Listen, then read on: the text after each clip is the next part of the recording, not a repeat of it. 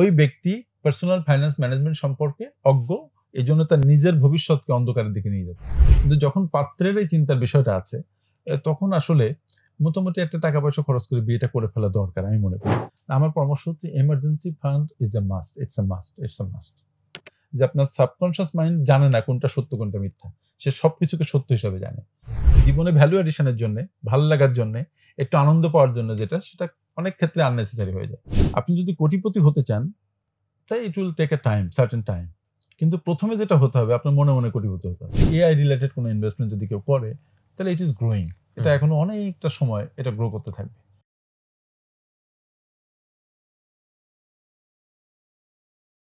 প্রিয় দর্শক, আসসালামু আলাইকুম। স্বাগত জানাচ্ছি গল্পগ্রাফির নতুন পর্বে। আজকে আমাদের সাথে খুব স্পেশাল একজন গেস্ট উপস্থিত আছেন, সাইফুল হোসেন স্যার। তো স্যারের পরিচয়টা খুব ছোট্ট করে আমি যদি দিয়ে নিই, পরিচয় দেওয়ার মতো অনেক কিছুই স্যারের আছে, তবে আমরা একটু সংক্ষেপেই যদি স্যারের পরিচয় দিই, তারপরে আসলে একটু বড়ই হয়ে যাবে। স্যারকে যদি আমি এক কথায় বলি যে স্যার এখন কি করেন, সেটা হচ্ছে বিজনেস অ্যান্ড ফিন্যান্স কনসালটেন্ট। তো এই একটা কথায় হয়তো পুরোপুরি বোঝানো যাবে না। এর পাশাপাশি স্যার হচ্ছে গবেষণা করেন নিয়মিত। স্যার একজন মোটিভেশনাল স্পিকার, ইনফ্লুয়েন্সার। স্যারের ইউটিউব চ্যানেল, ফেসবুক পেজও আছে, সেগুলো নিয়েও আমরা একটু পরে হয়তো কথা বলবো। স্যার একজন অথর, স্যার ট্রেনিং করান। সো এই সব কিছু মিলিয়ে স্যারের কাছ থেকে আজকে আমরা অনেক কিছুই জানবো। তবে আমাদের আলোচনার মূল কেন্দ্রবিন্দুতে থাকবে, যেটা স্যারেরও পার্সোনাল ইন্টারেস্ট, পার্সোনাল ফিন্যান্স। এই জিনিসটা নিয়ে আমরা স্যারের কাছ থেকে জানবো। স্যার আসসালামু আলাইকুম। থ্যাংক ইউ ভেরি মাচ আমাকে আপনাদের সুন্দর স্টুডিওতে ইনভাইট করার জন্য। না স্যার, এটা আমাদের প্লেজার যে আমরা আপনাকে আজকে এখানে পেয়েছি স্যার। Thank you. তো স্যারের কাছ থেকে প্রথমেই আমরা জেনে নিব, আমাদের অনেকের যেটা প্রশ্ন থাকে যে পার্সোনাল ফিন্যান্সটা স্যার আসলে কি? কারণ এটা নিয়ে অনেকেই হয়তো স্ট্রাগল করেন, অনেকে হয়তো বুঝে করেন, অনেকে না বুঝে করেন। স্যার আপনিও তো পার্সোনাল ফিন্যান্স নিয়ে অনেক কন্টেন্ট বানান, সেই ভিডিওগুলো লাখ লাখ মানুষ প্রতিনিয়ত দেখছে। সো এই বিষয়ে আপনারও একটা পার্সোনাল ইন্টারেস্ট আছে এবং খুব সুন্দর একটা আইডিয়া আছে। স্যার সেদিক থেকে যদি আমাদের অডিয়েন্সের জন্য বলেন বুঝিয়ে যে এই জিনিসটা আসলে কি। Thank you very much. যে যারা শুনছেন আমাকে, এই বিষয়টা সবাই আমরা জানি যে পার্সোনাল ফাইন্যান্স কি। আমার অধিকারে যে টাকাটা প্রতি মাসে আসে, আমি যে টাকাটা আয় করি, সেই টাকাটা হচ্ছে মানে এটাই আমার রেমুনারেশন, কারো স্যালারি, কারোর উপার্জন, এই তো। এইটাকে যখন ম্যানেজমেন্টের প্রশ্নটা আছে, যেখানে ফাইন্যান্সের কথাটা আসে, সেখানে দেখবেন যে ম্যানেজমেন্টের প্রশ্নটা আসে। অবশ্যই। তো পার্সোনাল ফাইন্যান্স বলেছে যে আপনার যে টেক হোম স্যালারি, সেই টাকাটা আপনার হাতে যখন আসছে, মানে you are the sole owner of that money, যে আপনি সেটা খরচ করতে পারেন, সেই অধিকার আপনার আছে। সেইটাকে আপনি কিভাবে ম্যানেজ করছেন টু রান ইউর লাইফ। কারণ আপনার টাকা প্রতি মুহূর্তে লাগে। তো যেহেতু লাগে, প্রতিটা কাজ করতেই লাগে, প্রতিটা পা ফেলতেই টাকা লাগে। তাই আপনার হাতে যে টাকাটা আসে, সেটাকে আপনি কিভাবে ম্যানেজ করবেন। এই ম্যানেজমেন্ট যদি আপনি সঠিকভাবে করতে পারেন, তাহলে ধরেন আপনার তখন স্ট্রেস থাকবে না, আপনি ফিনান্সিয়ালি ভালো করবেন, আপনার লাইফ স্মুথ হবে এবং আপনি ভবিষ্যতে দেখবেন যে একটা মোটামুটি আর্থিক একটা সচ্ছলতার মধ্যে দিয়ে যাচ্ছেন এবং ভবিষ্যতে আপনার কাছে টাকা থাকছে। আর আপনি যদি এই মানি ম্যানেজমেন্টে যদি ইফ ইউ আর পুয়ার, আপনি যদি অদক্ষ হন বা আপনার যদি লিটারেসি না থাকে, তাহলে দেখবেন যে আপনার ম্যানেজমেন্টে গোলমাল হচ্ছে এবং শেষে যে দেখবেন যে আপনার কাছে টাকা নেই, আপনার সাফারিং হচ্ছে, আপনার অনেক ঋণ হয়ে গেছে। আর আমি পার্সোনাল ফাইন্যান্স ম্যানেজমেন্ট নিয়ে কাজ করতে যেটা দেখেছি যে অধিকাংশ মানুষই সব ব্যাপারে হয়তো অনেক দক্ষ, কিন্তু এই পার্সোনাল ফাইন্যান্স ম্যানেজমেন্ট ইস্যু যখন আসে, তখন সে খুব বেখেয়ালি। যেমন ধরেন আমি একজন ব্যাংকের এমডির কথা বলি, বাংলাদেশের প্রাইভেট সেক্টরে কাজ করতেন উনি মারা গেছেন কিছুদিন আগে। উনি অনেক টাকা বেতন পেতেন। তো ওনাকে আমি জিজ্ঞাসা করলাম যে স্যার আপনার মানে কি অবস্থা, যদি আপনার চাকরিটা চলে যায় আপনার কেমন হবে? বলে আরে কি বলেন এটা? তা আমি বললাম কেন? তো বলে যদি আমার চাকরি চলে যায় তাহলে আমি চলবো কিভাবে? তা আমি বললাম দেখেন, আপনি throughout your whole life আপনি চাকরি করেছেন, ব্যাংকে চাকরি করেছেন, ফাইন্যান্স ম্যানেজ করেছেন। তো এই পর্যায়ে এসে আপনার মানে মনে হচ্ছে যদি চাকরি চলে যায় তাহলে আপনার অনেক ক্ষতি হবে, মানে আপনি চলতেই পারবেন না। আমি বলছি কেন চলতে পারবেন না, কি অবস্থা? বলেন না, এখন আমি এত সুন্দর গাড়ি চালাই, তখন সেটা চালাতে পারবো না। এত দামি দামি কাপড় পরি, আমি তখন সেটা করতে পারবো না। তাই বললাম তার মানে অলরেডি আপনি চাকরি করছেন, তারপরেও কিন্তু আপনি ফিনান্সিয়াল স্ট্রেসের মধ্যে আছেন। তাহলে দেখেন এখানে কিন্তু অনেক টাকা ইনকাম করেছেন উনি, বাট উনি বেখেয়ালি ছিলেন তার পার্সোনাল লাইফে টাকার ম্যানেজমেন্ট নিয়ে। তো আমি দেখেছি যে অধিকাংশ মানুষ এই ম্যানেজমেন্টে অদক্ষ এবং বেখেয়ালি। যারা দক্ষ তারা বেখেয়ালি, হয়তো একটু মনোযোগ দিলেই দক্ষ হতে পারতেন। এর বড় একটা কারণ আছে। কারণটা হচ্ছে যে দেখবেন আমাদের দেশের স্কুল, কলেজ, ইউনিভার্সিটি কোথাও কিন্তু এই ইম্পোর্টেন্ট লাইফ স্কিল সম্পর্কে শিক্ষা দেয় না। না। একটা চ্যাপ্টারও কোথাও নাই। এটা যে কোথাও ম্যানেজ না। করতে হবে এটা কোনো কিছুই নাই। না। তো যদি না থাকে তার মানে আমাদের বাবারা তারাও জানতো না। আমরাও এখন জানি না। আমাদের পরবর্তী প্রজন্ম জানবে না। তো আমার কথা হচ্ছে যে কাউকে না কাউকে তো এই দায়িত্বটা নিতে হবে। এই থেকে পার্সোনাল ফাইন্যান্স ম্যানেজমেন্টের এই গুরুত্ব আমি বোঝানোর চেষ্টা করছি। অনেক মানুষ হয়তো ইতিমধ্যে আমার ভিডিও দেখেছেন। আপনাদের উদ্দেশ্যে বলি আমার ২ টো চ্যানেল। একটা হচ্ছে ফিনফ্যাক্টস আর একটা হচ্ছে ফাইন্যান্স মেন্টর। এটা ফেসবুক পেজও আছে, ইউটিউব চ্যানেলও আছে। যেখানে আমি প্রতিনিয়ত পার্সোনাল ফাইন্যান্স ম্যানেজমেন্ট সংক্রান্ত ইস্যু নিয়ে সেলফ ডেভেলপমেন্টের কিছু ইস্যু আছে, কর্পোরেট ফাইন্যান্সের কিছু ইস্যু আছে। এটা নিয়ে নিয়মিত বলে চলেছি। যে সবার কানে একটা কথা পৌঁছাতে চাই যে please manage your own fund এবং আপনি খারাপ ঋণ থেকে বেরিয়ে আসেন। আপনার জীবনটা সুন্দর হবে। আপনি স্ট্রেস থেকে বাইরে থাকতে পারবেন। স্যারের ফিনফ্যাক্টস চ্যানেলটাও তো বেশ বড়, লাখের উপরে সাবস্ক্রাইবার আছে এখানে। এটা ফিনফ্যাক্টস চ্যানেলের ফেসবুকে আমার ফলোয়ার 2,18,000 এর মতো। 18,000 ছাড়িয়েছে। আর ফেসবুকে ফিনফ্যাক্টস এর ফলোয়ার হচ্ছে ইউটিউবে 1,08,000। আর একটা নতুন চ্যানেল ওটা 6,500 এর মতো কেবল শুরু করেছি আমি। জি। স্যার ইয়াং পিপলদের মধ্যে হচ্ছে একটা প্রশ্ন মানে প্রায় মাথায় ঘুরপাক খায়, অনেকেই এটা করেন। সেটা হচ্ছে যে আগে কি বিয়ে-শাদী করবেন? নাকি হচ্ছে আগে একটা আ ফান্ড তৈরি করবেন বা জমা করবেন এরকম? বা সেই ফান্ড যদি কেউ তৈরি করতে চানও, আসলে কি মাথায় রেখে করা উচিত?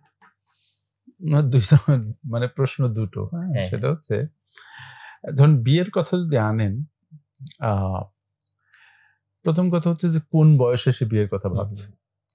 আমরা অনেকক্ষণ এই ছোটবেলা থেকে শুনেছি অনেকে যে অমুক বিয়ে করছে না কেন? বলে না এখনো অবস্থা ভালো না। আচ্ছা। তো এখন প্রশ্ন হচ্ছে কি পরিমাণ অবস্থা ভালো হলে আপনি বিয়ে করতে পারবেন সেটা একটু নির্ধারণ করার বিষয় আছে। তবে হ্যাঁ, যেহেতু বিয়ের প্রশ্ন সেখানে একটা মেয়েকে যখন বিয়ে করছেন, মেয়েটা যদি কোনো কর্মে নিযুক্ত না থাকে আর আপনি যদি কোনো কিছু না করেন তাহলে তো ২ জনের মানে মিলে যখন একটা সংসার করবেন তখন তো it will be very tough to hmm. Go ahead. তো সেই ক্ষেত্রে বিয়ে করার জন্য তো একটা ন্যূনতম একটা প্রিপারেশন লাগবে। আমাদের দেশে যেটা হয় সেটা হচ্ছে বিয়ে করার এই খরচটা মূলত প্যারেন্টসরা দেয়। এজন্য যে পাত্র তাকে খুব বেশি চিন্তা করতে হয় না। কিন্তু যখন পাত্রের এই চিন্তার বিষয়টা আছে তখন আসলে মোটামুটি একটা টাকা পয়সা খরচ করে বিয়েটা করে ফেলা দরকার আমি মনে করি। আরেকটা বিষয় হচ্ছে যে বিয়ের পরে কিভাবে চলবো? মূলত তো আমরা সবাই চলছি। আর বিয়ের মানে মেয়ের বাপ এবং মেয়ে এটা ঠিক করে ফেলবে যে কিভাবে তারা এটা মানে চলতে না পারলে আপনার সাথে মেয়ে বিয়ে দিবে না। এটা একটা ব্যাপার।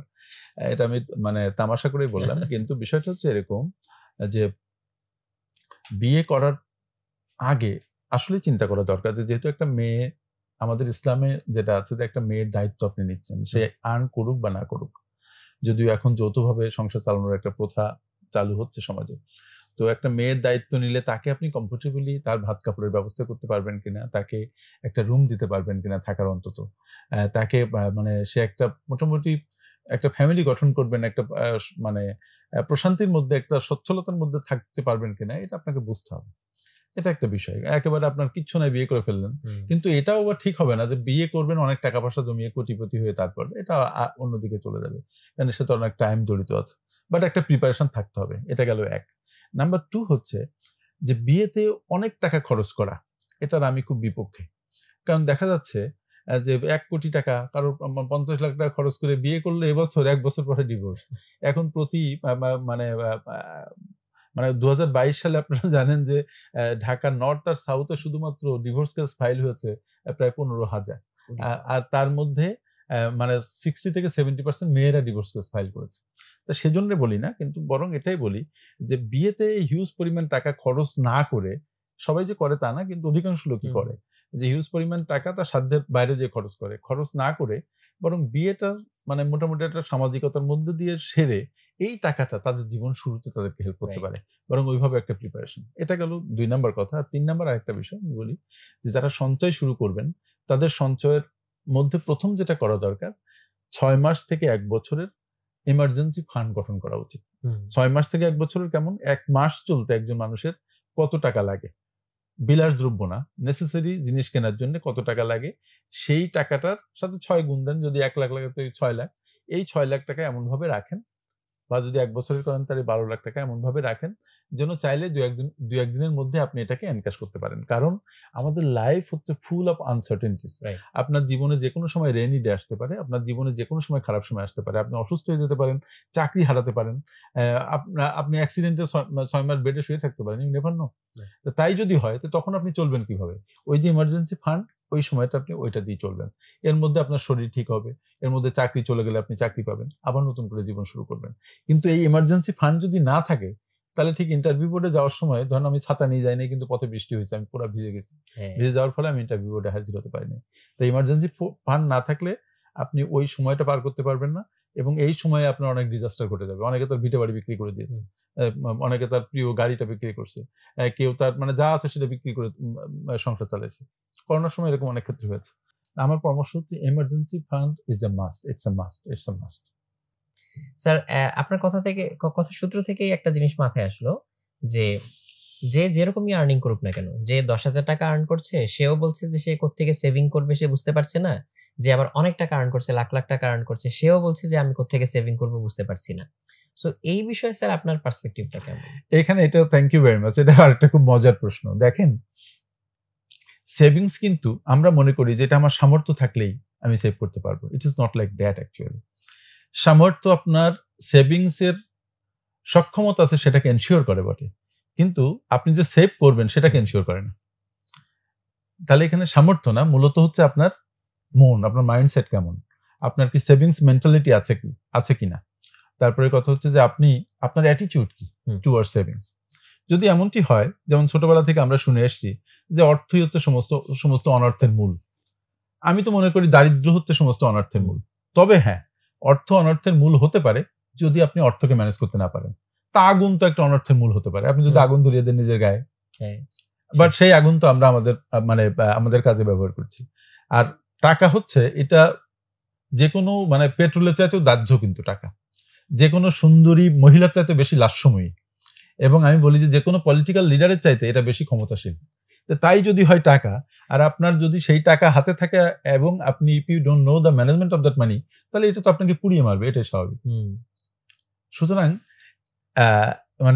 এটা ব্যবহারে খুব কেয়ারফুল হতে হবে। তাই সেভিংস যারা করতে চান তারা তাদের এই মগজ ঠিক করতে হবে, সেভিংস ক্যাপাসিটি না।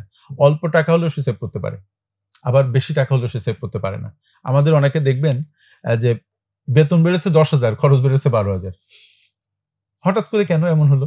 আমার বেতন ছিল, আমি একটা পজিশনে চাকরি করতাম, বেতন পেতাম 1 লাখ, এখন আমার একটা প্রমোশন হয়ে বেতন হয়েছে 2 লাখ। আমি প্রথম কি করব?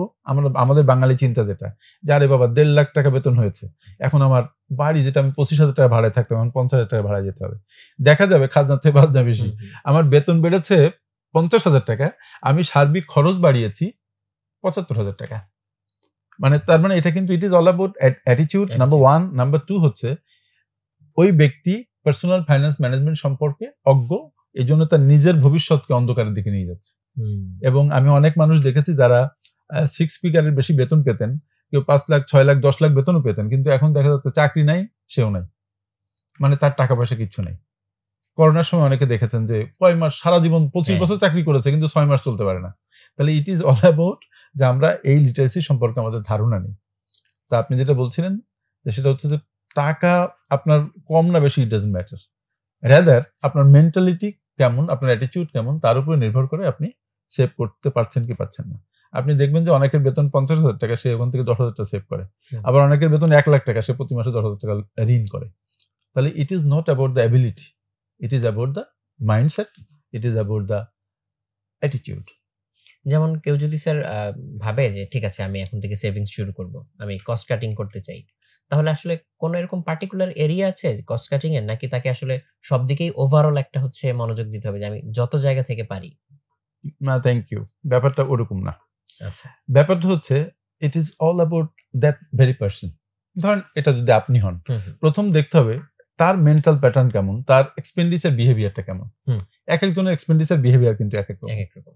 তো যদি দেখেন যে আপনি, যেমন আমার এক বন্ধু, সে তখন 15 না 20,000 টাকা বেতন পেত, বলে যে 1 টাকাও সেভ করতে পারে না। তাই আমি বললাম তুমি সিগারেট খাও কত টাকার? বলে যে আমি প্রতিদিন 300-400 টাকা সিগারেট খাই, একটার পরে একটা ধরায়। তাই আমি বললাম তুমি প্রতিদিন 400 টাকা যদি সিগারেট খাও, সাথে একটু চা খাও, মাঝে মাঝে যদি কোনো বন্ধু আসে তাকে একটা সিগারেট অফার করো, এক কাপ চা অফার করো, তোমাকেও কেউ করে। কিন্তু তার মানে যদি 500 টাকা করে পার ডে খরচ হয়, তো মাসে তো 15,000 টাকা খরচ, তোমার 20,000 টাকা যদি বেতন হয়, তো 15,000 টাকা সিগারেটে খরচ করবো থেকে। তো তার মানে ব্যাপার হচ্ছে এরকম যে, বা সে তার ইনকামটাও হয়তো মাল্টিপল মানে সেক্টর মানে জায়গা থেকে আসে, ইনকামটাও ওইভাবে কখনো হিসাব করে দেখে নেই, আবার খরচের দিকে তার কোনো নজর নেই। তো এরকম যদি হয় আপনার মানি ম্যানেজমেন্ট, তাহলে তো একটা মানে সেটা একটা খুব দুঃখজনক বিষয়। এই জন্য প্রশ্নটা হচ্ছে যে তার এক্সপেন্ডিচার প্যাটার্নটা কেমন, তার লাইফ প্যাটার্নটা কেমন, সেটা দেখে তারপরে প্রথম যেটা হাত দিতে হবে সেটা হচ্ছে যে সে আননেসেসারি জিনিসের পেছনে এক্সপেন্ডিচার কেমন করে। আননেসেসারি আমি বলেছি, যেমন আমার 10টা জামা আছে, আমি আরো 2টো কিনবো, এটা unnecessary, it is not required. But আমি আমার বাচ্চাকে ভাত মাছ খাওয়াবো, এটা নেসেসারি। কিন্তু আবার যদি আমি বলি যে না, আমি বাচ্চাকে প্রতিদিন মানে এক ওয়াক্ত করে আমি ইসে খাওয়াবো, হোটেলে খাওয়াবো, এটা আননেসেসারি। তার মানে যেটা আপনার লিভিং এর জন্য দরকার, কমফোর্টেবল লিভিং এর জন্য, এবার কমফোর্টেবল বলতে এক একজনের কাছে এক এক রকম, মোটামুটি বাচ্চার জন্য আপনার যেটা দরকার সেটা নেসেসারি। আর যদি মানে জীবনে ভ্যালু এডিশনের জন্য, ভালো লাগার জন্য, একটু আনন্দ পাওয়ার জন্য যেটা, সেটা অনেক ক্ষেত্রে আননেসেসারি হয়ে যায়। তো যদি কস্ট কাট করতেই হয়, তাহলে প্রথম যে জিনিসগুলো আমার না হলে চলে, আমি সেগুলো আগে বাদ দিব। এই জন্য আমি সবসময় একটা কথা বলি যে যখন কোনো জিনিস কিনবা, তখন what you need to do, যে ওই জিনিসটা দেখতে হবে যে আমার এটা আসলে কি দরকার। হ্যাঁ, আমার মন বলে যে না, এটা দরকার। সেকেন্ড প্রশ্ন হচ্ছে যে তুমি কি, তোমার কাছে কি এই পরিমাণ টাকা আছে? তো বলে হ্যাঁ, আমার পকেটে টাকা আছে। তাহলে এবার আসো থার্ড প্রশ্নে। থার্ড প্রশ্নটা হচ্ছে যে তোমার কি এটা না কিনলে চলবে, কোনো অল্টারনেটিভ আছে? যদি দেখো যে অল্টারনেটিভ আছে, তাহলে ডোন্ট বাই ইট। আর যদি দেখো যে অল্টারনেটিভ নাই, তোমার লাগবেই না, অল্টারনেটিভ আছে, তাহলে ডোন্ট বাই ইট। আর যদি দেখা যায় যে না, অল্টারনেটিভ নেই বাট আমার এটা লাগবেই, বাই ইট। তো এইভাবে যদি কেউ ক্যালকুলেট করে, কয়েকটা মাস যদি সে একটু লিখে লিখে এইভাবে দেখে এবং রিভিউ করে, তো মানে আপনারা সবাই মানে অবাক হয়ে দেখবেন যে আননেসেসারি জিনিস এত বেশি আমরা করি, যেটা আমরা খেয়ালই করি না, মনে করি নেসেসারি। যেমন এটা লিখলে পরিষ্কার হবে, অনেক সময় মাথায় থাকে। প্রত্যেকটা জিনিস যে যখন কোনো প্ল্যান করবেন বা মানে কোনো ধরনের কোনো এক্সিকিউশনে যাবেন, রাইট ইট ডাউন। আমি জীবনে কত টাকা চাই, রাইট ইট ডাউন। আমার ফিনান্সিয়াল প্ল্যানিং কি হবে, রাইট ইট ডাউন। লিখলে হয় কি, জিনিসটা পরিষ্কার হয়। যতক্ষণ আপনি মনের মধ্যে রাখেন, এটা হেজি থাকে, এটা কোনো বাস্তব রূপ পায় না। লিখে ফেললে তখন আপনি একদিকে কনসেন্ট্রেট করতে পারেন এবং তখন আপনি দেখতে পান। এজন্য লেখাকে বলে স্থায়ী একটা জিনিস, আর যেটা লেখা না সেটা তো ভাসমান। সো এভরিহোয়ার মানে প্ল্যানিং এর ক্ষেত্রে, বিশেষ করে ফিনান্সিয়াল ইস্যুগুলোর ক্ষেত্রে প্রতিটা পয়েন্ট লেখা দরকার। খুবই খুবই ইম্পর্টেন্ট একটা পয়েন্ট, কারণ অনেক সময় অনেক কিছু সে মাথায় থাকে না, চোখের সামনে থাকে না, সো জিনিসগুলা দিনের পর দিন আসলে অবহেলিতই থাকে। না, আরেকটা বিষয় হচ্ছে এখনকার যুগে মানুষ খুব ডিস্ট্রাক্টেড হয় তাড়াতাড়ি। দেখবেন যে মানুষের ইমোশনও ডিস্ট্রাক্টেড হয়। আগে দেখতেন যে পথ দিয়ে যদি যাচ্ছেন, একজন খুব বিপদে পড়েছে, দেখবেন যে সব লোক ঝাঁপাই পড়ছে তার বিপদ থেকে মুক্ত করার জন্য। আর এখন একজন মরে পড়ে থাকলেও মানে মনে করে তার দুঃখ লাগে না। কেন জানেন? Because of this internet, because of this gadgets. বরং একটা ছবি তুলে নিয়ে মানে হ্যাঁ, কারণ আমি কেউ হয়তো বিপদে পড়ছে, আমি তার ছবি তুলে ইউটিউবে দিব। ব্যাপার হচ্ছে ফেসবুক এগুলো এত রিফ্রেশড হয় কয়েক সেকেন্ডের মধ্যে। যে ধরেন এই আপনি দেখলেন অঞ্জু ঘোষের নাচ, একটু পরেই দেখলেন যে শাকিব খান ফাইট করতেছে, তারপরে দেখলেন সিলেটে এক মহিলা মারা গেছে, তার আত্মীয়-স্বজনরা কাঁদতেছে, তার এক সেকেন্ড পরে আবার নিচের ফিডে দেখলেন যে মানে একটা হাস্যরসাত্মক কিছু হচ্ছে, এরপরে দেখলেন কেউ কারোর সাথে প্রতারণা করছে। তার মানে থাউজেন্ডস অফ ইভেন্টস আর দেয়ার, মানে প্রতি সেকেন্ডে আমরা দেখছি। ফলে আমাদের ইমোশন এত কুইকলি কিন্তু শিফট করতে পারে না, কিন্তু শিফট হতে আমরা বাধ্য হচ্ছি। এই জন্য যেটা ক্ষতি হচ্ছে সেটা হচ্ছে মানুষের মানবিকতায় ক্ষতি হচ্ছে, মানুষের ইমোশন ম্যানেজমেন্টে ক্ষতি হচ্ছে, মানুষ বেশি ডিপ্রেসড হচ্ছে। অনেক ক্ষেত্রে দেখবেন যে আপনি ডিপ্রেসড হয়েছেন, but you don't know the reason যে কেন আপনি ডিপ্রেসড।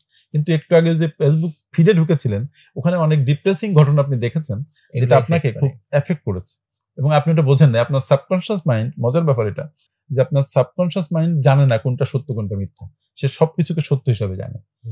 সত্য হিসাবে একটা জিনিস আপনার ভিতরে ঢুকে গেল, কিন্তু জিনিসটা মিথ্যা, কিন্তু আপনার সাবকনশিয়াস মাইন্ড সেটা সত্য হিসাবে রিঅ্যাক্ট করবে। ফলে তার রিঅ্যাকশন হবে আপনার স্ট্রেস, আপনার আনন্দ, আপনার দুঃখ, আপনার বেদনা। আসলেই স্যার, মানে এটা তো খুবই সত্যি। এই কারণেই তো মানুষ হচ্ছে জিনিসটা নকল জানার পরেও সিনেমা দেখে কাঁদে বা বই পড়ে হচ্ছে আনন্দিত হয়। Because of the action of the your subconscious mind, that is very powerful. শুনেন, আমাদের সচেতন মন কয়টা জিনিস মনে রাখে? যত কিছু আমাদের মনের মধ্যে বিভিন্ন সেন্সরি অর্গানের মাধ্যমে ঢুকে, সব সাবকনশিয়াস মাইন্ডে যে জড়ো হয়, যখন প্রয়োজন হয় তখন সেটা অ্যাক্ট করে। স্যার, যদি এরকম কেউ বলে যে আমার তো আসলে হচ্ছে ওরকম সেভিংস নেই, আমার কাছে হয়তো সাকুল্যে 50,000 টাকা আছে, আমি এখন কোন একটা কিছু করতে চাই বা ইনভেস্ট করতে চাই, সে তাহলে কি করবে? এই প্রশ্নের উত্তরে প্রথম আমি সবার উদ্দেশ্যে একটা কথা বলি যে আমার একটা ভিডিও আছে, 50,000 টাকা আছে কি করব। এক্স্যাক্টলি এই শিরোনামে। এক্স্যাক্টলি এই শিরোনামে কাকতালীয় হয়ে গেছে ব্যাপারটা। আমি বলবো এখনকার যে সময়, এটা কিন্তু খুব কুইক চেঞ্জিং এর একটা সময়। প্রতিদিন পৃথিবীতে মানে লক্ষ কোটি ইনফরমেশন ট্রান্সফার হচ্ছে। আপনারা জানেন যে এখন যে পরিমাণ মানে ঘন্টায় যে ইনফরমেশন আদান প্রদান হয়, একটা সময় 100 বছরও এত মানে ইনফরমেশন আদান প্রদান হতো না। তার মানে এই যুগ রেডিক্যাল চেঞ্জ হচ্ছে, প্রতিদিন প্রতিক্ষণে চেঞ্জ হচ্ছে। সমস্যাটা হচ্ছে আমরা যে মানুষ, মানে হিউম্যান মেশিন, আমরা কিন্তু দেখবেন যে যারা মাস্টার্স পাস করেছে এরপরে হয়তো কোনোদিন, আমি 90% লোকই বাংলাদেশে পাবেন যে যারা আর কোনোদিন তারপরে একটা বই পড়ে নাই, পত্রিকা যদি পড়ে তো শুধু হেডলাইন পড়েছে। আচ্ছা, কোনো ট্রেনিং এ তো মানে যদি কেউ পাঠায় ঠেললে তাহলে গেছে, তারপর ট্রেনিং এ যাওয়ার পরে দেখবেন যে ট্রেনিং এ ওদিকে ট্রেনার বকতেছে আর সে ঘুমাচ্ছে। তো ব্যাপার হচ্ছে তার মানে আমরা আমাদেরকে আপডেট করছি না, মেশিন আপডেটেড হচ্ছে, সবকিছু আপডেটেড হচ্ছে, ইনফরমেশন আপডেটেড হচ্ছে, মোবাইল আপডেটেড হচ্ছে, everything is getting updated, but আমরা কিন্তু সেই 10 বছর 20 বছর আগে পড়ে আছি। এখন এই জন্য আমার কথা হচ্ছে পরিবর্তিত পরিস্থিতিতে যদি টিকে থাকতে হয়, ডাইনোসরের মতো মানে প্রাণী বিলুপ্ত হয়েছে, সুতরাং মানুষের সক্ষমতা বিলুপ্ত হবে যদি সে তার নিজেকে প্রতি মুহূর্তে আপডেট করতে না থাকে। 50,000 টাকা এখন খুব বেশি টাকা নয়। অনেকে হয়তো বলবে যে অনেক টাকা, আসলে কিন্তু খুব বেশি টাকা নয়। যদি বাজারে যান তাহলে বুঝবেন, কাঁচা বাজার করে শেষ করতে পারবেন। তো এই 50,000 টাকা আমি মনে করি ইনভেস্ট ইন ইয়োরসেলফ। কারণ যদি আপনি ব্যাংকে রাখেন 50,000 টাকা বা সঞ্চয়পত্র কিনেন, আপনি হয়তো 500 টাকা পাবেন, তার থেকে আবার 10% ট্যাক্স কাটবে, তাহলে থাকবে হচ্ছে 500 টাকা থেকে আরো 50 টাকা কেটে নেবে, তাহলে 450 টাকা থাকবে। বাট 50,000 টাকা দিয়ে যদি আপনি নিজেকে উন্নত করতে পারেন, নিজেকে ট্রেন করতে পারেন, নিজের মনকে টিউন করতে পারেন, তাহলে দেখবেন যে প্রতি মাসে আপনি 50,000 টাকা আর্ন করতে পারছেন। বাট এটা নিজেকে চিন্তা করতে হবে। অনেকে বলবে যে কোথায় ইনভেস্ট করবো, কি করবো বুঝতে পারি না। সেজন্য অনেক জায়গা আছে, অনেক প্রফেশনাল আছে, তাদের সাথে কথা বলার সুযোগ আছে। মানে আগ্রহ থাকতে হবে। একটা কথা আছে যে বোঝে সে খোঁজে, আর যে খোঁজে সে পায়। ওকে, তার মানে you need to find it out. তার আগে ইউ নিড টু আন্ডারস্ট্যান্ড যে আমি কি খুঁজবো, কি করব। এই জন্য আমি একটা কথা বারবার বলি যে সিট উইথ ইয়োরসেলফ। কারোর সাথে বসা দরকার নেই। আপনি স্রষ্টার এক অপূর্ব সৃষ্টি, ইউনিক সৃষ্টি। আপনার মতো সৃষ্টি পৃথিবীতে আগে কখনো আসে নাই, ভবিষ্যতেও আসবে না। আপনি এক পিস। আল্লাহর সৃষ্টিতে কিন্তু দেখবেন যে কোনো 2 পিস নাই, সব কিন্তু খুব অদ্বিতীয় এবং ইউনিক। তো এই যে ইউনিক মানুষটা, আপনার মধ্যে অনেক সক্ষমতা আছে, আপনি নিজেকে ওইভাবে তৈরি করে ফেলেন। আপনার নিজের ক্ষমতাকে জাগ্রত করেন, আপনি নিজেকে বুঝতে শেখেন। আর সবচেয়ে বড় কথা হচ্ছে নিজের সাথে বসেন। কেন নিজের সাথে বসা? মানে নিজের সাথে বসে চিন্তা করা যে আমি কি করব, কোথায় আমার কাজ করা দরকার, আমার সক্ষমতা কোন দিকে। অনেকে দেখবেন পাতা দিয়ে যদি বাঁশি বাজায় তো বাঁশি বাজায়, আর আমি বাঁশি দিয়ে বাজালে বাঁশি বাজে না। তার মানে প্রত্যেকের কিন্তু এক একটা ট্যালেন্ট থাকে এক এক দিকে। তাহলে যার যেদিকে ট্যালেন্ট এবং যার যেদিকে ন্যাক আছে, যার হার্ট যেখানে ছুটে, তার সেদিকে কাজ করা উচিত। তাহলে সে সারাদিন কাজ করতে পারবে, সে টায়ার্ড হবে না। যেমন দেখেন, আমি একসময় ব্যাংকে কাজ করেছি প্রায় টানা 22 বছর, তার মধ্যে 14 বছর ব্যাংকে ম্যানেজারি করেছি। তো তারপরে এটা 15 সালে আমি এই জীবনের রীতি টানতে পেরেছি আল্লাহর রহমতে। তারপর থেকে কিন্তু আমি I am flying like a bird. আমি বিভিন্ন কোম্পানির কনসালটেন্ট, ট্রেন করি, লিখি, যা ইচ্ছা তাই করি। পারলে দিনের বেলা যখন আমার ভালো লাগে না আমি রেস্ট নেই। মানে আমার কাজের নিয়ন্ত্রণ আমার কাছে মূলত। এই যে আমি বলছিলাম যে আমি এখন সকাল 9টা থেকে রাত 11টা পর্যন্ত কাজ করি, but I don't get tired. কিন্তু যদি আমি কাউকে বলি যে ভাই তুমি আমার জন্য কাজ করো, সকাল 9টা থেকে রাত 8টা পর্যন্ত কাজ করো, সে টায়ার্ড হয়ে ঘুমিয়ে যাবে। বিকজ আমি যে কাজ করছি সে কাজের সাথে আমার হার্ট মিশে আছে। তা আপনি যে কাজ করেন সেই কাজ যদি আপনি ভালোবাসেন তাহলে আপনি টায়ার্ড হবেন না। তাহলে আমি বলছি যে 50,000 টাকা সেখানে ইনভেস্ট করেন, দেখেন যে সেখানে ইনভেস্ট করে আপনার নিজের স্কিল যে ডেভেলপ হবে, সেই স্কিল দিয়ে কি করা যাবে নিজের সাথে বসে এগুলো ঠিক করেন। করার পরে তারপরে একটা কোর্সে ভর্তি হন, একটা সেমিনারে অ্যাটেন্ড করেন, একটা বই কেনেন। কারণ একটা যেটা দরকার আপনার একটা ক্রুশিয়াল আইডিয়া প্রথম, তারপরে সেই আইডিয়া নিয়ে সেটা নিয়ে কাজ শুরু করা। দেখবেন যে কোনো মানুষ যখন কাজ শুরু করে তখন সে অনেকগুলো পথ পায়। হ্যাঁ, এবং বিল গেটস একটা কথা বলছে, আপনারা জানেন যে বলছে যে আমি কখনো দেখিনি যে কোনো পরিশ্রমী মানুষ মানে দারিদ্র্যে ভুগতেছে বা সে মানে আর্থিক অস্বস্তিতে আছে। কিন্তু অনেক মেধাবী মানুষ আছে যারা অনেক আর্থিক অস্বস্তিতে আছে, কারণ তারা পরিশ্রমী না। সুতরাং নিজেকে খাটাতে শেখেন। হিউম্যান মেশিন এটা একটা মিরাকল মেশিন। এটা প্রচন্ড মানে কষ্ট সহিষ্ণু, অনেক কষ্ট সহ্য করতে পারে, অনেক স্যাক্রিফাইস করতে পারে।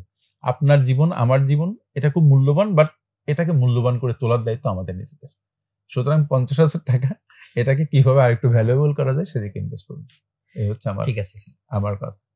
স্যার 50,000 টাকা থেকে একটু যদি উপরের দিকে আসি, ধরেন অনেককে জিজ্ঞেস করলে যে তোমার ফিনান্সিয়াল গোল কি, অনেকে বলে যে আমি কোটিপতি হতে চাই। কারণ কোটিপতি কথাটার একটা বেশ ওজন আছে, দাম আছে, একটা সোশ্যাল স্ট্যাটাসের সাথেও জড়িত যে অমুক কোটিপতি। স্যার কেউ যদি আপনার কাছে এসে বলে যে স্যার আমি কোটিপতি হতে চাই, তার প্রতি আপনার পরামর্শ কি হবে?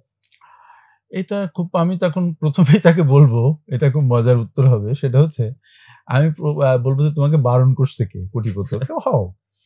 এবং এখান থেকে কিন্তু তার উত্তর শুরু। আপনি যদি কোটিপতি হতে চান, তাই it will take a time, certain time. কিন্তু প্রথমে যেটা হতে হবে, আপনার মনে মনে কোটিপতি হতে হবে। একটা কথা আছে যে first fake it, then make it. যে প্রথমে এটা মিথ্যা ভাবে নিজে বিশ্বাস করো, তারপরে আস্তে আস্তে এটা করে ফেলো। কারণ ওই যে বলছিলাম যে মানে কনসাস সাবকনসাস মাইন্ড সত্য মিথ্যা বুঝে না। মানে আমি বলবো যে প্রথমে যে তুমি তোমার মনকে বোঝাও যে তুমি কোটিপতি হবা। তার মানে আমি একটা স্বপ্নের মধ্যে ঢুকলাম যে আমি একজন কোটিপতি হব।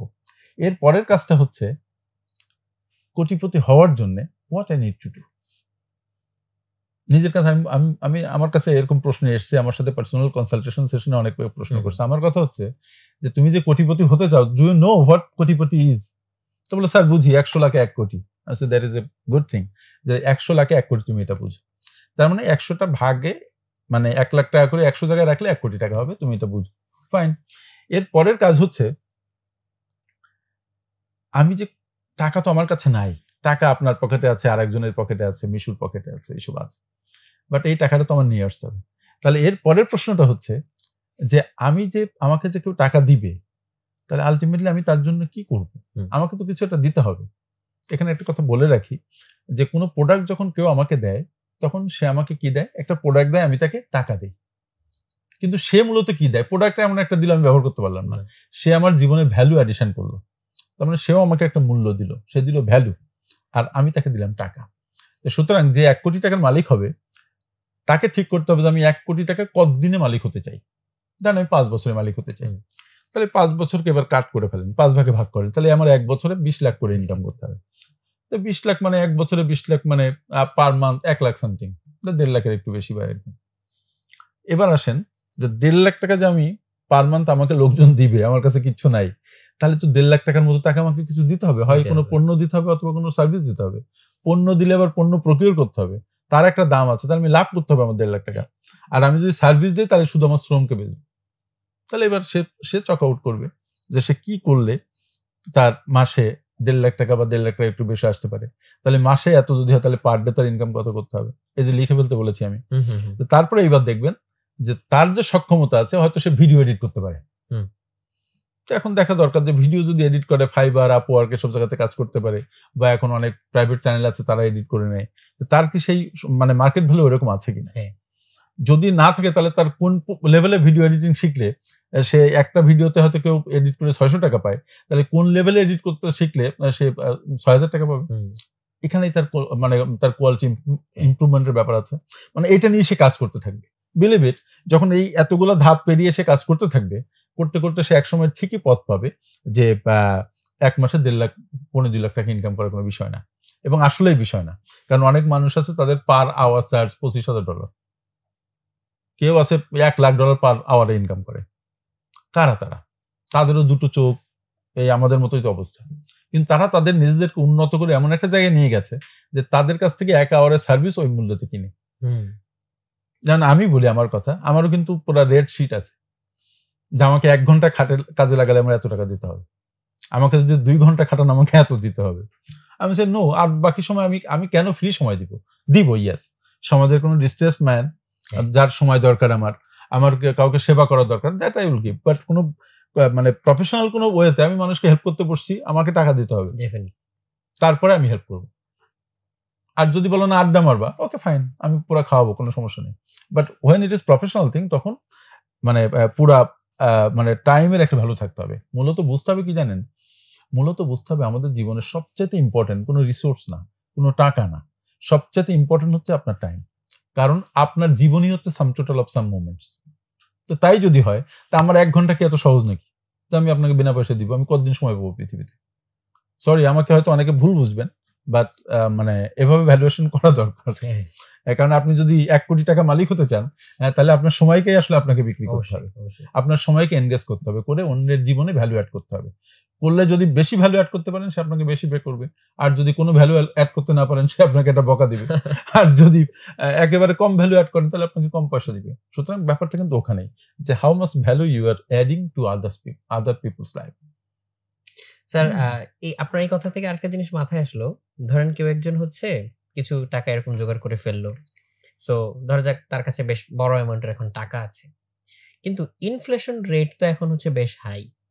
সো সে যদি চিন্তা করে আমি কি টাকাটা ব্যাংকেই ফেলে রাখবো, তাহলে ইনফ্লেশনের সাথে সাথে হচ্ছে আমার রেটটা কমতে থাকবে বা হচ্ছে ভ্যালুটা কমতে থাকবে, নাকি আমরা হচ্ছে অন্য কিছু করব, যে আমি ব্যাংকে রেখে দিলে এখান থেকে হয়তো কেউ কেউ একটা ইন্টারেস্ট পাবে বা এখান থেকে লাভবান হবে।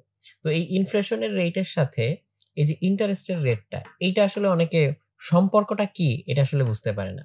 সো এইটা কি সহজে আসলে বোঝার কোনো উপায় আছে? খুব সহজ ব্যাপারটা, মানে যদি বুঝতে চাই আমরা খুব সহজ, আর বুঝতে না চাইলে সাংঘাতিক কঠিন। ব্যাপার হচ্ছে ইনফ্লেশনটা একটু বোঝার দরকার আসলে। এখন ইদানিং সবাই ইনফ্লেশন নিয়ে কথা বলছে, কারণ প্রচুর মিডিয়াতে কথা হচ্ছে এগুলো নিয়ে। ইনফ্লেশন কিন্তু এটা একটু বোঝা দরকার আমরা যারা পার্সোনাল ফাইন্যান্স নিয়ে কাজ করি। যে ধরেন ন্যাশনাল একটা ইনফ্লেশন রেট গভর্নমেন্ট ডিক্লেয়ার করে, বাংলাদেশ ব্যাংক ডিক্লেয়ার করে যে আমাদের ইনফ্লেশন রেট এই মাসে এত, এই মাসে এত, এই মাসে এত। কখনো 9.5, কখনো 10, কখনো 9, কখনো 6। যাই হোক না কেন, একটা রেট অফ ইনফ্লেশন আছে। এই ইনফ্লেশনটা হচ্ছে মানে গভর্নমেন্ট একটা হিসাব করে যে bundle of consumable goods, total যে মানুষ যেসব দ্রব্য কিনে, তো অসংখ্য প্রোডাক্ট আছে, সেটা অ্যাভারেজিং করে, কম্পেয়ার করে, টাইমের সাথে পার্সেন্টেজ করে বের করে, এটা ফর্মুলা আছে। তাহলে এটা হচ্ছে কিন্তু এই যে ইনফ্লেশন রেট, এটা কিন্তু ন্যাশনাল ইনফ্লেশন রেট। কিন্তু আপনার ইনফ্লেশন, আমার ইনফ্লেশন, তার ইনফ্লেশন কিন্তু এক না। এটা কিন্তু আমরা কেউ ওইভাবে চিন্তা করি না। বা চিন্তা করে দেখেন যে কেউ হয়তো অসংখ্য জিনিস উপভোগ করে, আমি হয়তো অল্প কিছু জিনিস, আমি চাল ডাল আটা এইগুলা মানে আমি উপভোগ করি, আমি খাই। তো প্রশ্ন হচ্ছে যে আমার পার মান্থ যে কস্ট হয়, আমি যার পেছনে টাকা ব্যয় করি, তার সাথে যদি একটা সময়ের কম্পারিজন করে পার্সেন্টেজ করি, তাহলে আমার ইনফ্লেশন একরকম হবে, আপনারটা একরকম হবে, তারটা একরকম হবে। এই জন্য ব্যক্তিগত inflation rate is very important, এবং এটা কিন্তু যারা মানে স্বল্প আয়ের মানুষ, তাদের কাছে ইনফ্লেশন রেট বেশি যদি আপনার ডেইলি নেসেসিটিজ এর দাম বেড়ে যায়। তো এখন এটা গেল একটা বোঝার একটা ব্যাপার। ইনফ্লেশন মূলত যেটা করে আপনার পারচেজিং পাওয়ারকে কেড়ে নেয়। 100 টাকা যদি আপনার ইনকাম থাকে, ধরুন গত বছর 100 টাকা মানে আপনার কাছে ছিল, সেটা আপনার ঘরেই রাখা আছে। এখন ওই 100 টাকা নোট কিন্তু দেখতে একই রকম, কিন্তু মূল্য কিন্তু এক নেই। কারণ 100 টাকা দিয়ে হয়তো তখন 2 কেজি চাল কিনতে পারতেন, এখন আপনি 1.5 কেজি কিনতে পারবেন। তার মানে এই 1.5 কেজি, আধা কেজি চালের দাম কিন্তু এই সময় খেয়ে ফেলেছে। তার মানে ইনফ্লেশনের সময় একটা খুব ফ্যাক্টর। তাহলে এই জিনিসগুলো আগে আসলে প্রথমত বোঝা দরকার যে ইনফ্লেশন কি। এই ব্যাপারগুলোর জন্য আমি যে আর্থিক লিটারেসির কথা বলি, যে পার্সোনাল ফাইন্যান্স লিটারেসি সবার জানা উচিত। এই যে মাথার মধ্যে প্রশ্ন এসছে আপনার, তার মানে ইউ হ্যাভ দ্য মানে ইন্টেনশন টু মানে নো যে এটা আসলে কি। তাহলে বুঝলেন যে এটা রিয়েলি মানে পার্সেসিং পাওয়ার কমিয়ে ফেলে। তাহলে আমার কথা হচ্ছে যে গত বছর আমার যে টাকা ছিল, তার যে পার্সেসিং পাওয়ার ছিল, এই বছর আমার সেই টাকাকে বাড়িয়ে এমন একটা স্টেজে নিতে হবে যেন পার্সেসিং পাওয়ারটা সেম থাকে। তাহলে হলো কি, তাহলে আপনি ইনফ্লেশনকে কভার করলেন, লস হলো না। আর যদি তার উপরে যেতে পারেন, তাহলে আপনার বেনিফিট হবে। তাহলে এইবার প্রশ্ন হচ্ছে যে আপনি কিসে ইনভেস্ট করবেন ইনফ্লেশনকে কভার করার জন্য।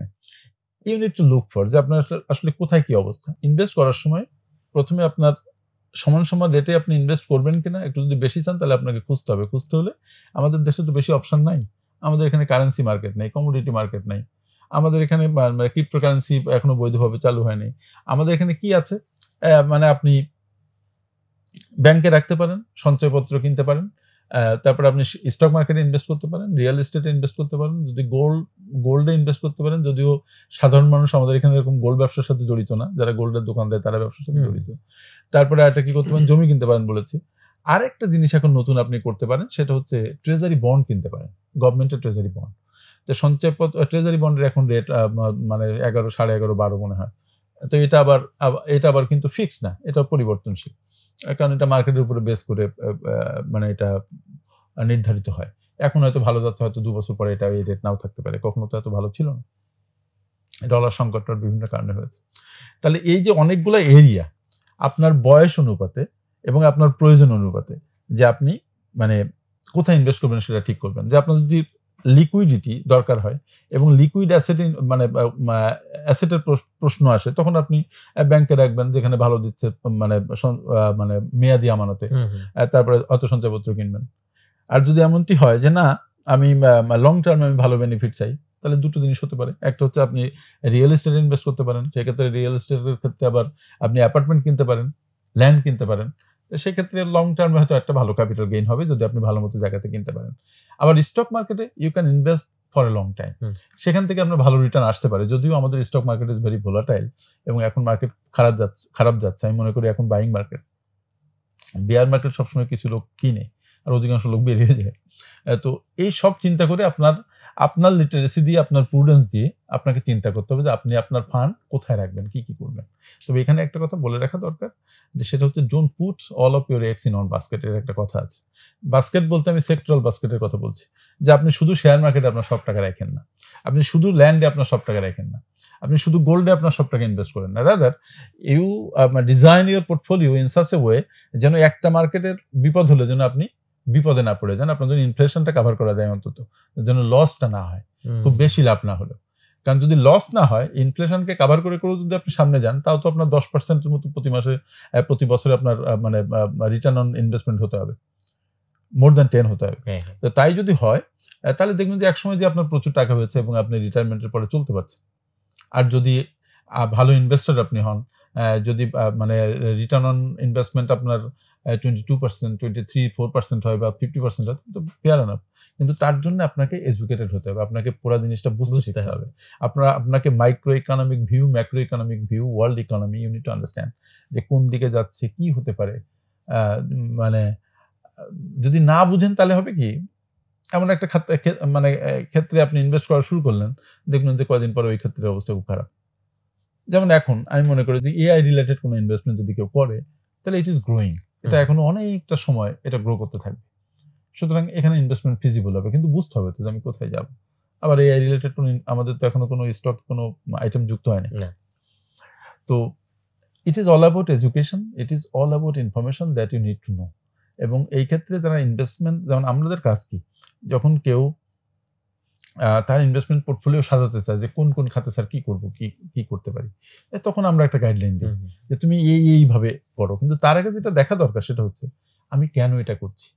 আমার শুধু ইনফ্লেশন রোধ করা তো আমার বিষয় না, আমার একটা আর্থিক প্ল্যানিং থাকতে হবে, যে আমার long term, mid term, short term একটা প্ল্যানিং থাকবে, যে আমি কোথায় যাব ফিনান্সিয়ালি। আমার বয়স এখন 30, আমি 50 বছরে আমার আর্থিক অবস্থা কোথায় নিতে চাই, 60 বছরে আমি কোথায় নিতে চাই। যদিও আনসার্টেনিটি যেটা অনিশ্চয়তা, এটা একটা মেজর ফ্যাক্টর, যে কোনো সময় আমরা মরে যেতে পারি, যে কোনো সময় যে কোনো কিছু করতে পারে। তারপরেও আমার লাইফ টাইমের একটা প্ল্যানিং আমার থাকতে হবে। পাশ্চাত্যের লোকজন এই প্ল্যানিং এ এগিয়ে আমাদের চাইতে। এই জন্য তাদের মানে দেখবেন যে অনেকেরই মানে আজ রাজা কাল ফকির এই অবস্থা কম। আবার হয়েছে অনেকে রাজা কাল ফকির যাদের আর্থিক লিটারেসি ছিল না। যে ধরেন হঠাৎ করে একজন এক লটারিতে পাইছে $20 মিলিয়ন, দেখুন 2 বছরে $20 মিলিয়ন শেষ, 3 বছরের মধ্যে আবার সেই রেস্টুরেন্টে কাজ করে। এটা it is all about illiteracy of মানে অন পার্সোনাল ফাইন্যান্স ম্যানেজমেন্ট। বুঝতে পেরেছি স্যার।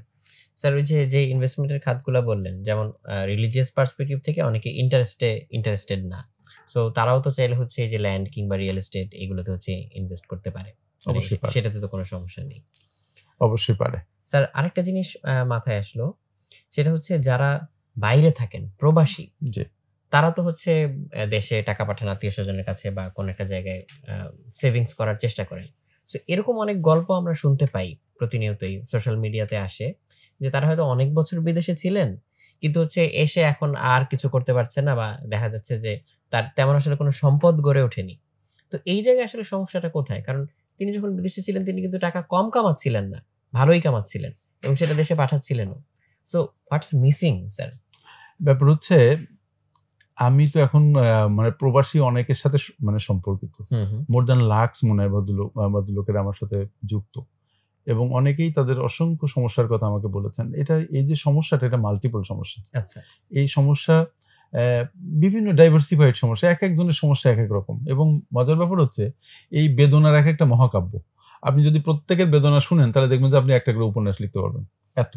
কিন্তু এর মূলে আমি মনে করি, বললাম তো মাল্টিপল, কিন্তু মূলে একটা জিনিস, সেটা হচ্ছে the person behind the scene, মানে প্রবাসে যিনি যাচ্ছেন ওনার আর্থিক বিষয়ে সচেতনতার প্রচন্ড অভাব।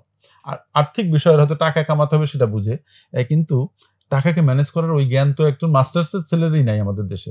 তো এরা তো অধিকাংশ ক্ষেত্রে যারা বিদেশে যাচ্ছে অল্প শিক্ষিত, হয়তো মানে বা আমাদের এখানে লেস ইকুইপড লোকজন, তারা যাচ্ছে বিদেশে, ফলে তাদের ওই জ্ঞান আরো কম থাকার কথা না, কারণ যেহেতু সেই স্কুলে হয়তো অল্প কিছুদিন গেছে আর স্কুলে তো শেখায় নেই।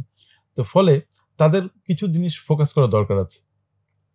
সেটা হচ্ছে যে সে যখন দেশের থেকে বিদেশ যাচ্ছে তখন তার একটা জিনিস ঘটে, সেটা কি জানেন, যে দেশের প্রতি তীব্র মমত্ববোধ কাজ করে। নাথিং রং উইথ ইট, দেশের প্রতি না, মূলত এটা মূলত কাজ করে তার পরিবারের লোকজনের প্রতি, আর সেই জন্য দেশের প্রতি। তখন তারা যদি কোনো ভাই, কোনো চাচা, কোনো মানে বাবা বা মা কোনো কিছু বললে তখন সে জান দিয়ে করার চেষ্টা করে, কারণ সে প্রিয়জন ছেড়ে দূরে থাকে, এতদিন কখনো দূরে থাকে নাই। তো ফলে তখন তাদের কাছে যখন কেউ টাকা চাচ্ছে যে ভাই মানে আমাকে 5,000 টাকা দাও, তার সঙ্গে সঙ্গে বলছে যে 5,000 টাকা দেওয়ার মতো অবস্থা নেই, কিন্তু একজনের কাছ থেকে ধার করে দিল, দিচ্ছে যে ঠিক আছে তোর আমি পরে দিব, ভাই চাইছে। এরপরে বোন চাচ্ছে, এরপরে মা বলছে যে দেখ বাসায় এত গরমে আমার একটা এসি দরকার, হয়তো কখনো এসির কথা চিন্তাও করে নাই, কিন্তু পাশের বাসায় একজন কিনেছে, তার এটা দরকার হয়ে পড়ছে। তো সুতরাং, এবং দরকারও আমি ফিল করি যে গরম, কিন্তু ওই ছেলের তো ওইরকম মানে সামর্থ্য নেই। ফলে সে কি করছে, অনুরোধে ঢেকে গেলা এবং সম্পর্ক নষ্ট হবে, মুখ দেখাবে কিভাবে, এইসব বিভিন্ন কারণে সে যা আয় করছে কখনো কখনো সেটা তো দিচ্ছে, আরো ধার করে দিচ্ছে। তাতে যেটা তার সংকট হচ্ছে, তার কাছে কিন্তু কোনো ফান্ড অ্যাকুমুলেট হচ্ছে না। এটা একটা সিনারিও বললাম, এরকম অসংখ্য বিষয় আছে। যেমন কালকে এক ভদ্রলোক আমেরিকা থেকে আমার সাথে সংযুক্ত হয়েছে আমার পার্সোনাল কনসালটেশন সেশনে।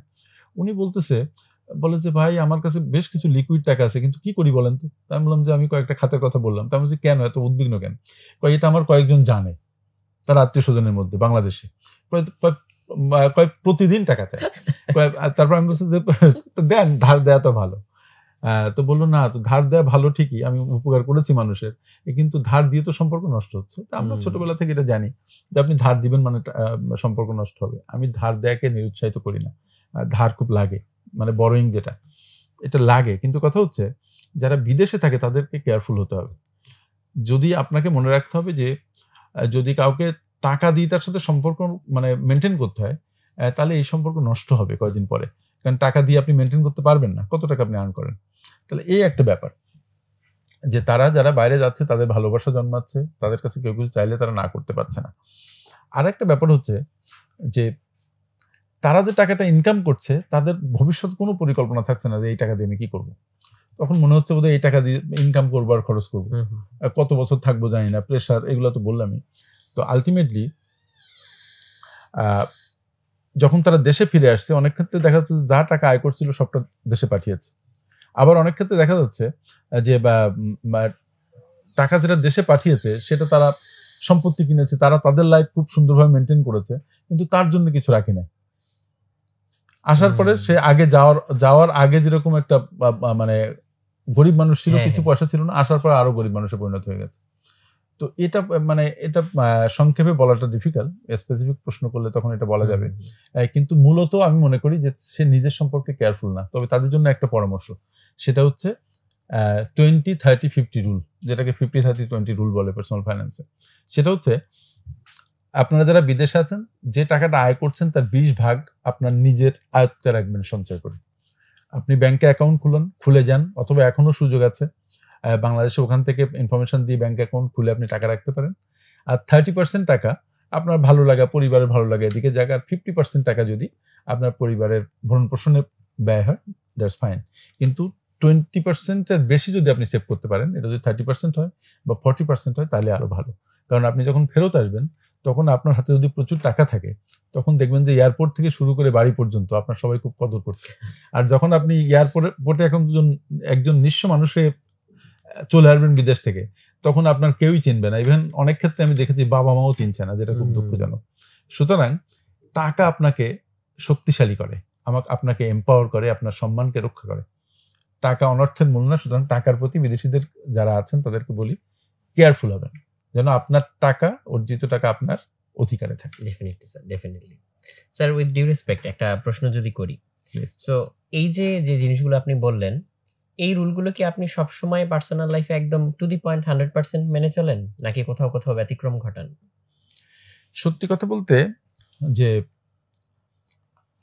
আমি একসময় এটা টু দি পয়েন্টে মেনেছি। এখন যে টু দি পয়েন্টে এখন আর মানা লাগে না। ওই যেটা হয় সেটা হচ্ছে এখন অভ্যাস হয়ে গেছে। কারণ আননেসেসারি জিনিস আমি কিনি না। ইভেন আমি যেটা মনে করি যে রোজার ঈদ, যেটা ঈদ উল ফিতর বলে, যে রোজার ঈদে আমার প্রতি বছর পাঞ্জাবি কিনতে হবে কেন? আমার কাছে প্রশ্ন হচ্ছে এটা, যে আমার 50টা পাঞ্জাবি আছে বা কারো 30টা আছে, কারো 100টা পাঞ্জাবি আছে, তারপরে রোজার ঈদে একটা দুটো পাঞ্জাবি কিনতে হবে, আবার কেউ গিফট করবে। আমি ফিল করি যে না, আননেসেসারি এক্সপেন্সেস করা যাবে না। তো ফলে আমার মাথার মধ্যে এই সেট হয়ে গেছে যে আমি আননেসেসারি এক্সপেন্সেস আসলেই করি না। আচ্ছা, এবং আমি যেটা করি, আমার যে আর্নিং আসে তার একটা সার্টেন পোর্শন আমি সেভ করি। তো এখানে ওই যে 50-30-20 যে বিষয়টা আছে, যে সার্টেন পোর্শন আপনি যদি ইনকামের একটা সেভ করে ফেলেন, বাকি যে টাকাটা থাকলো সেই টাকা আপনি আপনার মতো করে খরচ করেন। কিন্তু যদি প্রথমে সেভ করতে না পারেন, তাহলে আপনি দেখবেন যে ঋণের মধ্যে ঢুকে যাচ্ছেন। কারণ আমার একটা বাজেট আছে, I don't go beyond that budget. এবং আমি আমার নিজের যে উইদিন মিনস চলার যে ব্যাপারটা, এটা সবসময় চলি। তবে একটা কাজ করি, সেটা আপনাদের বলা দরকার, সেটা হচ্ছে যেমন কাঁচা বাজারে গেলে আমি দরদাম করি না বেশিরভাগ। কারণ মানে দরদাম করি না, এটা আবার আপনার ইন্সপায়ার হবেন না, যে আমার কিছু মানে লোক আছে, তারা আমার জিনিসপত্র দেয়। মাছ কেনার জন্য 2-3 জন আছে, মাংসের জন্য আছে, সবজির জন্য আছে। এদেরকে আমি কোনো কোনো ক্ষেত্রে একটু ছাড় দিই। হয়তো সপ্তাহে একদিন যাই বাজারে, তারা যদি 200-100 টাকা বেশি নেয়, আমি এটাকে খুব আমলে নেই না। কারণ তারা 200-100 টাকা বেশি নিলেও তারা যে যত্নটা করে, যে আন্তরিকতাটা দেখায়, এবং যে ভালো ভালো প্রোডাক্ট সে আমার জন্য মানে বেছে বেছে দেয়, সেটার মূল্য অনেক। এটা আমি ইন্টেনশনালি করি যে 200-500 টাকা এটা যদি এক সপ্তাহে আমার কাছ থেকে বেশি নেয়, এটা বেশি না, কারণ মূলত তারা যে সার্ভিসটা আমাকে দিচ্ছে, ওই সার্ভিসটা অমূল্য। ওই সার্ভিসটা আমি তাদের কাছ থেকে টাকা দিয়ে কিনতে পারতাম না। স্যার, আমরা তো আমাদের অনুষ্ঠানের প্রায় শেষের দিকে চলে এসেছি। তো আমাদের মেইন অডিয়েন্স যারা, তারা কিন্তু মূলত ইয়াং পিপল। আপনি 18 থেকে ধরতে পারেন 40 পর্যন্ত আমাদের অডিয়েন্স আছে অনেকেই এই অনুষ্ঠানটা যারা দেখছে। সো স্যার, আপনার লাইফ থেকে তাদের জন্য যদি হচ্ছে মানে দুটো চারটে, একটা হচ্ছে দুটো কাজ যেটা করা উচিত, আর দুটো হচ্ছে না এই কাজ দুইটা একদমই করা যাবে না, এরকম যদি কোনো পরামর্শ দিতে পারেন স্যার। এটা বলাটা একটু ডিফিকাল্ট, বাট তবু আমি বলি, সেটা হচ্ছে যেটা মানে এখনকার সময় যেটা এসছে, যে কোনটা করব তার চাইতে কোনটা করব না সেদিকে ফোকাস করা খুব দরকার। Okay sir.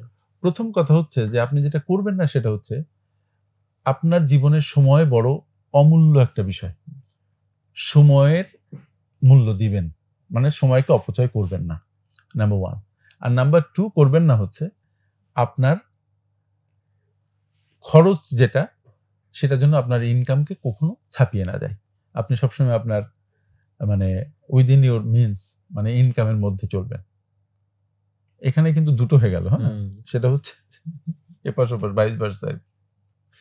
আর এটা আর যদি করবেন বলি, সেটা হচ্ছে যে নিজের প্রতি সুবিচার করবেন। আর একটা ব্যাপার হচ্ছে যে পৃথিবীতে আমরা খুব অল্প সময় বেঁচে থাকি, আমাদের কিন্তু অনন্তকাল আমরা সময় পাই না। ফলে আমরা প্রচন্ডভাবে চেষ্টা করি একজন ভালো বক্তা হওয়ার, ভালো একজন ধনী হওয়ার, একজন ভালো চাকুরে হওয়ার, কিন্তু একটা চেষ্টা থেকে আমরা সারা জীবন দূরে থাকি, সেটা হচ্ছে ভালো একজন মানুষ হওয়ার। আমাদের প্রতি মুহূর্তের প্রতিদিনের প্রচেষ্টা হওয়া দরকার যে আমরা যেন একজন ভালো মানুষ হই। শুধু ধনী মানুষ কিন্তু একজন ভালো মানুষ নাও হতে পারে, কিন্তু একজন ভালো মানুষ হওয়ার সাথে সাথে আপনি ধনী মানুষ হতে পারেন। আর যদি আপনার ভালোত্ব থাকে, সাথে ধন থাকে, তাহলে দুটো মিলে আসলেই তখন আপনি হ্যাপিনেস পাবেন, এবং তখনই আপনি মূলত প্রকৃত ধনী। সুতরাং সেই ধনীত্বের দিকে আমাদের যাত্রা শুরু হোক, যেখানে ভালো মানুষের সাথে অর্থের সম্মিলন ঘটবে। কারণ তখন আপনার কাছে টাকা নিরাপদ, তখন আপনার কাছে আপনার আশপাশের মানুষজন নিরাপদ। স্যার, অনেক সুন্দর করে বলেছেন। আসলে এরপরে আসলে আর কোনো কথা চলে না। আমি সবাইকে অনুরোধ করব, আজকে এই এপিসোডটা যারা এই পর্যন্ত দেখলেন, তাদেরকে বলবো ঠিক 1 সপ্তাহ পরে এই পুরো অংশটুকুই জাস্ট আরেকবার দেখার জন্য। দেখবেন এই কথাগুলো যখন 1 সপ্তাহ ধরে আপনার মাথার ভিতরে ঘুরপাক খাবে, তখন 1 সপ্তাহ পরে আপনি আবার এটা দেখলে হয়তো কথার গুরুত্বটা অন্যভাবে অনুধাবন করতে পারবেন। হয়তো আপনার লাইফের কোনো ঘটনার সাথে মিলে যাবে, অথবা কোনো এক্সপেরিয়েন্সের সাথে মিলে যাবে। সো আজকে স্যার যে কথাগুলো বললেন, প্রত্যেকটা কথাই আমার কাছে ব্যক্তিগতভাবে অনেক গুরুত্বপূর্ণ মনে হয়েছে। স্যার খুব ইফোর্টলেসলি অনেক গুছিয়ে অনেক সুন্দর করে কথা বলেন। এটা ইয়ার্স অফ এক্সপেরিয়েন্স এর আসলে ব্যাপার। সো এই কথাগুলোকে আমরা যাতে গুরুত্ব সহকারে নিতে পারি, আমরা যারা শুনছি অনুষ্ঠানটা প্রত্যেকেরই হয়তো এখান থেকে নেওয়ার মতো কিছু না কিছু বিষয় থাকবে।